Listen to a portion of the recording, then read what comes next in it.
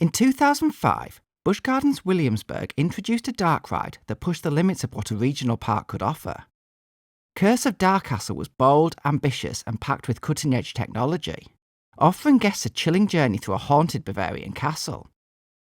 With 3D animation, motion-based vehicles, and an original storyline, it rivaled the experiences found at the industry's biggest parks.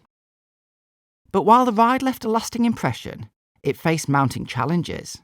From its celebrated debut to a quiet closure and eventual transformation, this is the story of one of Busch Gardens' most daring and most mysterious attractions. When Busch Gardens opened near Williamsburg in 1975, it aimed to set itself apart from other amusement parks. Built next to the already operating Anheuser-Busch brewery, the park was designed as a celebration of Europe. An immersive journey through themed villages inspired by countries like England, France, and Germany. Officially known as Busch Gardens the Old Country, the new park delivered cobblestone streets, timber-framed buildings, and lush landscaping that helped transport guests from coastal Virginia to an idealised Europe. Busch had already seen success with African-inspired theming at its Tampa park, but here they elevated the concept. That attention to detail quickly set the park apart, and the Old Country was an immediate hit. Encouraged by the strong opening year, Busch expanded the park almost immediately. In 1976, a major new area debuted. Oktoberfest was designed to capture the spirit of Germany's famous festival, complete with beer halls, lively music, and Bavarian-style architecture. At its heart was the massive Fest House, a sprawling indoor dining venue offering traditional food, stage shows, and room for more than 1,000 guests. Oktoberfest also introduced 2 new roller coasters, Die Wilde Katz and Das Katzchen, helping to cement the area as both a cultural and thrill-seeking hub of the park. In the years that followed, Busch Gardens continued to grow, and so did its ambitions. By the late 1970s, the American theme park industry was beginning to embrace the next generation of attractions. Custom-built steel roller coasters that could offer height, speed, and inversions. In 1978, Busch Gardens joined that movement with the debut of Loch Ness Monster, a groundbreaking coaster from Arrow Development. With its striking yellow track and dramatic layout, the ride quickly became a signature attraction. Its interlocking loops were a visual icon, appearing in brochures, commercials, and postcards, helping to define the image of the park for years to come. Then in 1984, Busch Gardens added what would become one of its most beloved rides. Big Bad Wolf was a suspended roller coaster that blended speed and storytelling in a way that few other rides of that era could match. After racing through a stylised Bavarian village, the trains plunged down a dramatic drop over the Rhine River. The combination of clever theming, unique ride dynamics, and a spectacular finale made Big Bad Wolf an instant classic. By the end of the 1980s, Busch Gardens Williamsburg had firmly established itself as one of the most carefully crafted and respected theme parks in the country. That same year, in 1989, Anheuser-Busch made a major acquisition, the SeaWorld theme park chain, including the flagship location in Orlando. Now operating in the heart of Central Florida's booming tourism corridor, the company began thinking even bigger. In the decade that followed, Busch Entertainment invested heavily in both thrill rides and immersive-themed experiences. The company was among the first to partner with Bollinger & Mabillard, a new Swiss manufacturer known for their smooth, innovative designs. These coasters, like Kumba, Montu, and Alpengeist, set new standards in both ride quality and visual impact. At the same time, Busch began experimenting with attractions that went beyond coasters. In Williamsburg, 1995's Escape from Pompeii reimagined a simple boat ride as an explosive special effects spectacle. While in Orlando, Journey to Atlantis pushed the boundaries even further, combining dark ride elements, water features, and a thrilling coaster finale. The parks also explored simulator technology, with attractions like Wild Arctic and Questor, continuing to blend traditional thrills with immersive storytelling. By the end of the 1990s, Busch Gardens Williamsburg had evolved into something far more ambitious than a simple amusement park. It was a park that blended European charm with modern innovation, always striving to keep pace with the giants of the industry. And while Williamsburg was refining its formula, something new was taking shape in central Florida. An all-new park built from the ground up, one that promised to push technology, immersion, and storytelling further than ever before. As Busch Gardens Williamsburg entered the 2000s with a well-earned reputation for combining thrills and theming, a seismic shift was happening further south. In 1999, Universal opened Islands of Adventure, an all-new theme park built next to its existing Studios park in Orlando. This wasn't an expansion of the movie backlot concept, it was something entirely new. Designed as a park for the new millennium, Islands of Adventure embraced elaborate theming, immersive storytelling, and cutting-edge technology. Each of its islands circled a central lagoon, and each was based around a specific brand or franchise, a concept that would go on to become a defining feature of modern immersive lands. Universal's marketing billed it as the world's most technologically advanced theme park, and they weren't exaggerating. The company had poured hundreds of millions into the project, aiming to compete directly with Disney's themed lands in scope and ambition. The crown jewel of the park was found in Marvel's Superhero Island, where a new kind of dark ride was preparing to change the industry. The Amazing Adventures of Spider-Man was a revolution in attraction design.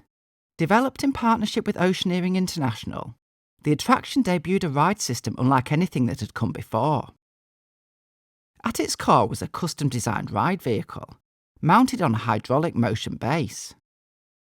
That vehicle travelled along a track, synchronising movement, 3D visuals and practical effects in a seamless story-driven experience.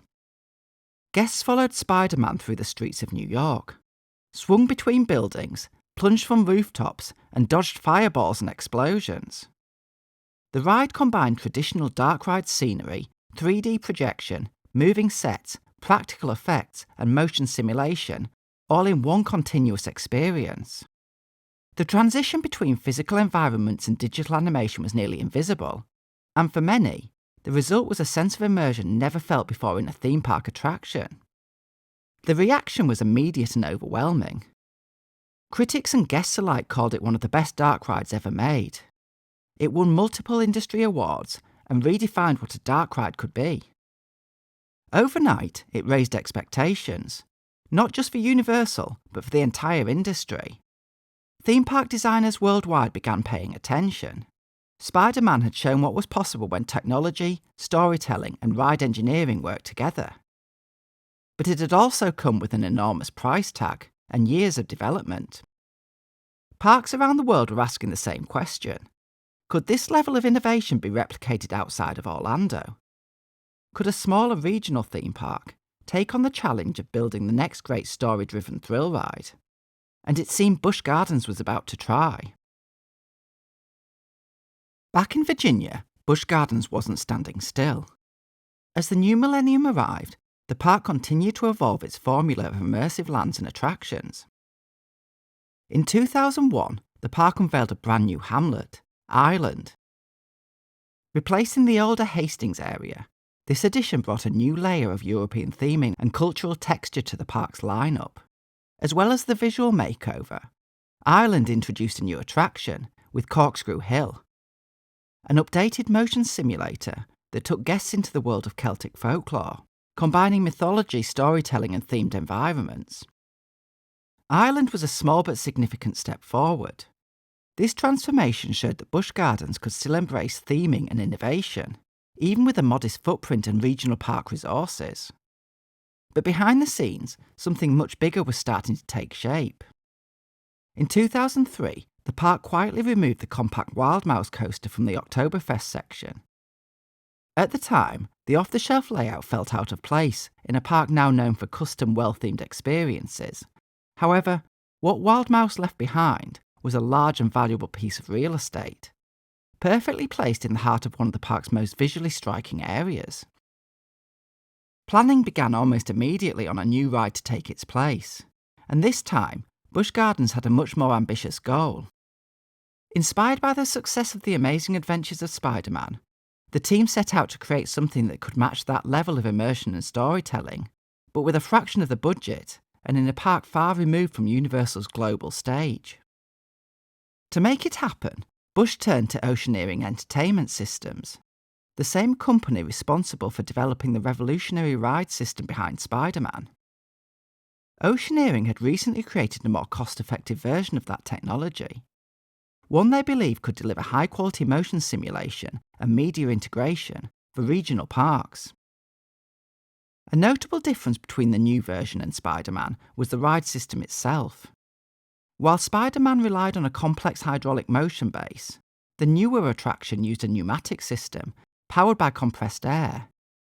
The decision significantly reduced costs and simplified maintenance, making the technology more practical for a regional park. While pneumatics couldn't match the full range or power of hydraulics, they still provided enough motion to sync convincingly with the ride's visuals and effects. The result would be something entirely new for Busch Gardens, a hybrid dark ride with roving motion-based vehicles, physical sets, 3D media and special effects. At the heart of the project was a partnership between multiple vendors, including Falcon's Creative Group and Super 78 for story and film development, NewKastle for scenic fabrication, Electrosonic for AV integration, and Oceaneering for the ride system itself. A collaborative team focused on delivering a world-class experience under regional constraints. To help coordinate such a distributed team, over 1,700 pieces of artwork and storyboards were created, alongside character designs and ride pre-visualizations. A full digital mock-up of the ride allowed contributors across the country to review, adjust and iterate in real time, with weekly calls and a dedicated internal website for sharing assets.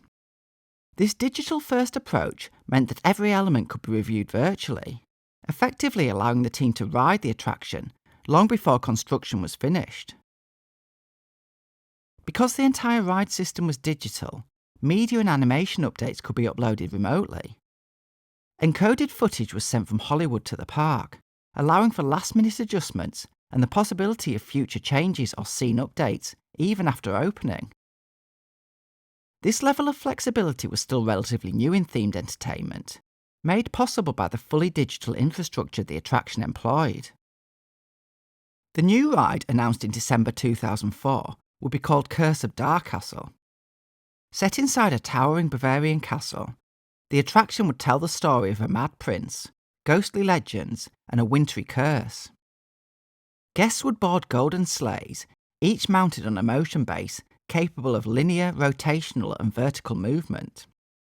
These sleighs would travel along 1,000 feet of track, through 11 show scenes filled with projection effects and physical scenery. The attraction featured multiple distinct chambers, including 2 massive 70-foot projection screens, used to simulate the castle's dramatic fall sequence and expansive environments. Compared to Spider-Man, DarKastle's system was slightly more compact. It had fewer ride vehicles, a tighter layout, and a shorter runtime, but many of the same design principles still applied. From a technical standpoint, DarKastle was a milestone for regional parks. It used massive digital projections, carefully synchronized motion, and theatrical effects like fog, heat blasts, and temperature changes to immerse riders in the story. The ride had the ability to synchronize media to the rider's exact position in the show space. The vehicles adjusted their orientation, allowing projected elements and physical sets to blend seamlessly. In scenes with sudden turns or drops, the vehicle movement worked in tandem with audio and animation to create a disorienting, thrilling effect. The media and projection systems were equally impressive. Unlike earlier 3D rides that felt like movies with motion, DarKastle made the sets part of the story. Falcon's Creative used carefully blended scenic elements and digital content to make sure the physical and virtual environments supported each other. To make the media blend seamlessly with the ride path, the team had to apply a technique known as squinching. Originally developed for Spider-Man, squinching involved deliberately distorting the visuals, stretching, compressing, and skewing the image so that it appeared correct from the moving perspective of the ride vehicle. Viewed when standing still, the animation would look warped and unnatural. But from a sleigh in motion, following a precise path and timing, the perspective lined up perfectly. Rooms seemed to stretch into the distance, characters appeared to occupy the space, and the projection felt like a natural extension to the set.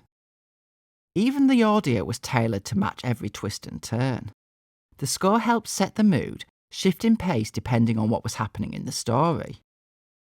Each detail, from lighting cues to fog bursts, were there to create one unified experience, one where guests weren't just watching the story unfold, they were part of it. The design team worked hard to ensure that every guest, no matter where they sat, had the best seat in the house. This meant careful alignment of the visuals and precise control of the vehicle choreography. By early 2005, construction on the 40,000 square foot show building was nearing completion. Inside, massive projection surfaces, fire effects, moving walls, frozen chambers, and haunted illusions were coming together.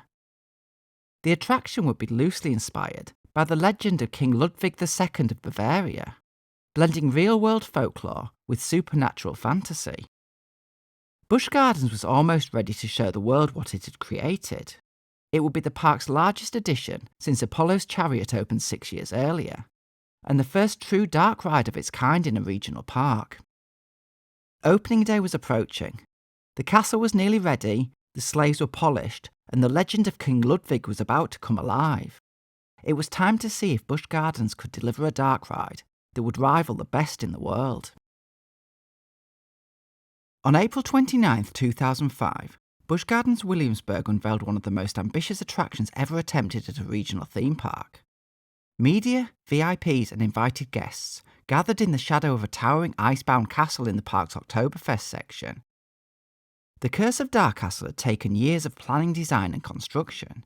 Now finally the public would step inside, and Busch Gardens wasn't about to let it happen quietly. The park pulled out all the stops, treating guests to a full theatrical experience. Creeping fog, frosted gates carved from ice, eerie orchestral music, and characters in full costume. Even King Ludwig himself appeared to welcome guests to his cursed domain, drawing them through the castle gates. The towering show building, themed to resemble a decaying castle, stood tall, its spires rising behind Oktoberfest's colourful facades. The castle's worn stonework, icy detail and foreboding atmosphere immediately set a different tone. Guests passed beneath a crumbling stone arch, flanked by two snarling wolf statues. The path wound through an overgrown courtyard, its garden now wild with thorny brambles and frost-covered statues. At its centre, a statue of 3 wolves, howling skyward. From here, the queue progressed through the castle's doors. Lanterns flickered on the stone walls. Stained glass windows hinted at snowy nights outside, and mysterious crests led guests deeper inside. Eventually, guests reached the castle's inner chamber, a grand circular room under a stone ceiling. Here, under the glow of a massive chandelier, the story of DarKastle unfolded. Projected onto an enchanted tapestry, the pre-show introduced visitors to Prince Ludwig, a neglected child in a dark, forgotten castle. After a chilling encounter with a mysterious old woman, the prince was cursed to rule a twisted kingdom, under the influence of a supernatural wolf. When his advisors turned against him, Ludwig responded with a lavish winter festival, and a final sleigh ride from which no one would ever return. As the tale ended, the torches around the room shifted to blue flame, a wall lifted, and guests were ushered through into the castle stables. Red doors marked each stall, while high vaulted ceilings soared overhead. A fleet of golden sleighs arrived silently, their motion eerily smooth, no horses in sight. Guests took their seats, lowered their lap bars and put on their 3D glasses. Just like that fateful winter's night, the castle was ready to welcome new visitors. As the ride began, the sleighs exited the stables, gliding into a haunted forest where twisted trees glowed and whispered warnings. Ghostly voices asked, "Why are you here?" before vanishing into fog. Suddenly, the ghost of Ludwig's mother appeared, urging riders to return to safety beyond the castle walls, where her son had no power. But it was too late. Ludwig's voice boomed through the darkened woods, and two snarling stone wolves leaped from their pedestals towards the sleigh. The doors to the castle creaked open, and the journey inside began. The sleigh entered a hall with towering suits of armour. As Ludwig taunted from a portrait overhead, the knights came to life. They stepped forward and began to strike with spears and swords, one suit's helmet flying off, revealing a screeching skeletal face. The sleigh twisted away into a grand music room, where instruments floated and crashed violently as Ludwig materialised in a flaming tornado. He launched a ball of energy toward riders, blasting them backward. The sleigh now slid past a long banquet table, as knives and cutlery flew across the room. At the head of the table, Ludwig appeared once again, lifting a silver platter to reveal his own severed head, now cackling and floating toward the guests. As the sleigh escaped through a flickering hallway, ghostly portraits glowed. The Queen returned briefly, warning riders again that their escape is the only hope. In the castle's vast library, a portrait of Ludwig stretched and twisted as the fireplace below erupted in smoke. Entering the fireplace, the sleigh spun violently in darkness, rising through the chimney before emerging into a ball high above the castle, where ghostly guests danced in the moonlight. Ludwig reappeared. He lunged as the Queen pleaded with him to let go. The sleigh tipped toward the castle courtyard below. In a final desperate move, the Queen hurled Ludwig from the tower, sending the sleigh plummeting after him into a glass conservatory. Guests crashed down, cracking the ground beneath, and the vehicle plunged further into an icy cavern below. With a roar, Ludwig made one last attack, only to be stopped as the Queen's laughter echoed. Realising he'd crossed the castle's threshold, Ludwig froze solid and shattered into ice and water. The sleigh returned safely to the exit hall. The curse had been broken, but Ludwig's voice still lingered. You will never escape. When Curse of DarKastle officially opened in the spring of 2005, it immediately became one of Busch Gardens Williamsburg's most talked about attractions. For a park better known for its coasters and live entertainment, this high-tech dark ride stood out. For many guests, it delivered. Reviews from early riders praised the ride's moody aesthetic, fluid motion and immersive storytelling. One fan called it the best dark ride out there, while others praised its originality. The attraction's gothic atmosphere, ghostly soundtrack and supernatural plot added a layer of theatricality rarely seen in regional parks. But reception wasn't universally glowing. Many theme park fans, especially those who had experienced the amazing adventures of Spider-Man at Universal's Islands of Adventure, were quick to draw comparisons. While DarKastle clearly drew inspiration from Spider-Man's groundbreaking ride system, some felt it didn't deliver the same thrills. As one review put it, I liked DarKastle more based on the originality of it, but the effects and ride intensity just didn't match Spider-Man. Others echoed the sentiment. Fun, they said, but it isn't anything like Spider-Man. Some pointed to the lack of practical effects and milder vehicle motion, suggesting the ride system wasn't being pushed to its limits. While it was noted that DarKastle had a simulated drop, there was no wind effects or practical cues. Still, the attraction made a strong impression, and it wasn't just fans who took notice. Curse of DarKastle earned the 2005 Theme Park Insider Award for Best New Attraction, and received a prestigious award for Outstanding Achievement from the Themed Entertainment Association. These accolades cemented its reputation as a standout example of what could be achieved with the right blend of technology, design and storytelling. Yet even in its opening year, Busch Gardens was paying close attention to feedback. And as it turns out, the creative team had already planned for the future. Even before Curse of DarKastle opened to the public, its designers had built in the ability for updates. Thanks to its fully digital media system and programmable motion base, scenes could be remotely updated, altered or even replaced, without touching the ride's physical infrastructure. It was an unprecedented level of flexibility, and it gave Busch Gardens a unique opportunity to listen to feedback. In the off-season following its debut year, the park quietly implemented a major update. Falcon's Creative and Super 78 returned to overhaul key moments, injecting more thrills into the experience. The changes were wirelessly updated and reprogrammed into the sleigh's motion profile, a process that would have been unthinkable just a few years earlier. The update addressed early criticisms that the ride lacked intensity, especially for something marketed as a marquee attraction. Scenes were made more aggressive, pacing was tightened, and key moments were reworked to deliver more direct interaction and dynamic motion. The introduction scene became more dramatic, Ludwig's appearances more threatening, and the finale was overhauled entirely, replacing a slow-paced ghostly ballroom with a high-speed rooftop escape. Not all changes were universally praised. In ramping up thrills, some of the original story elements, particularly the emotional tension between Ludwig and his mother, were dialed back or lost entirely. But overall, the update was considered a success. It sharpened the experience and gave the ride the kind of kinetic energy fans had expected from the start. Just as importantly, it showcased the ride's unique ability to evolve, something few dark rides could claim. From 2006 onwards, the updated version became the standard experience. It was more action-packed, more polished, and better aligned with guest expectations, helping to solidify the ride's status as a family headliner. By the mid-2010s, however, Curse of DarKastle had begun to decline.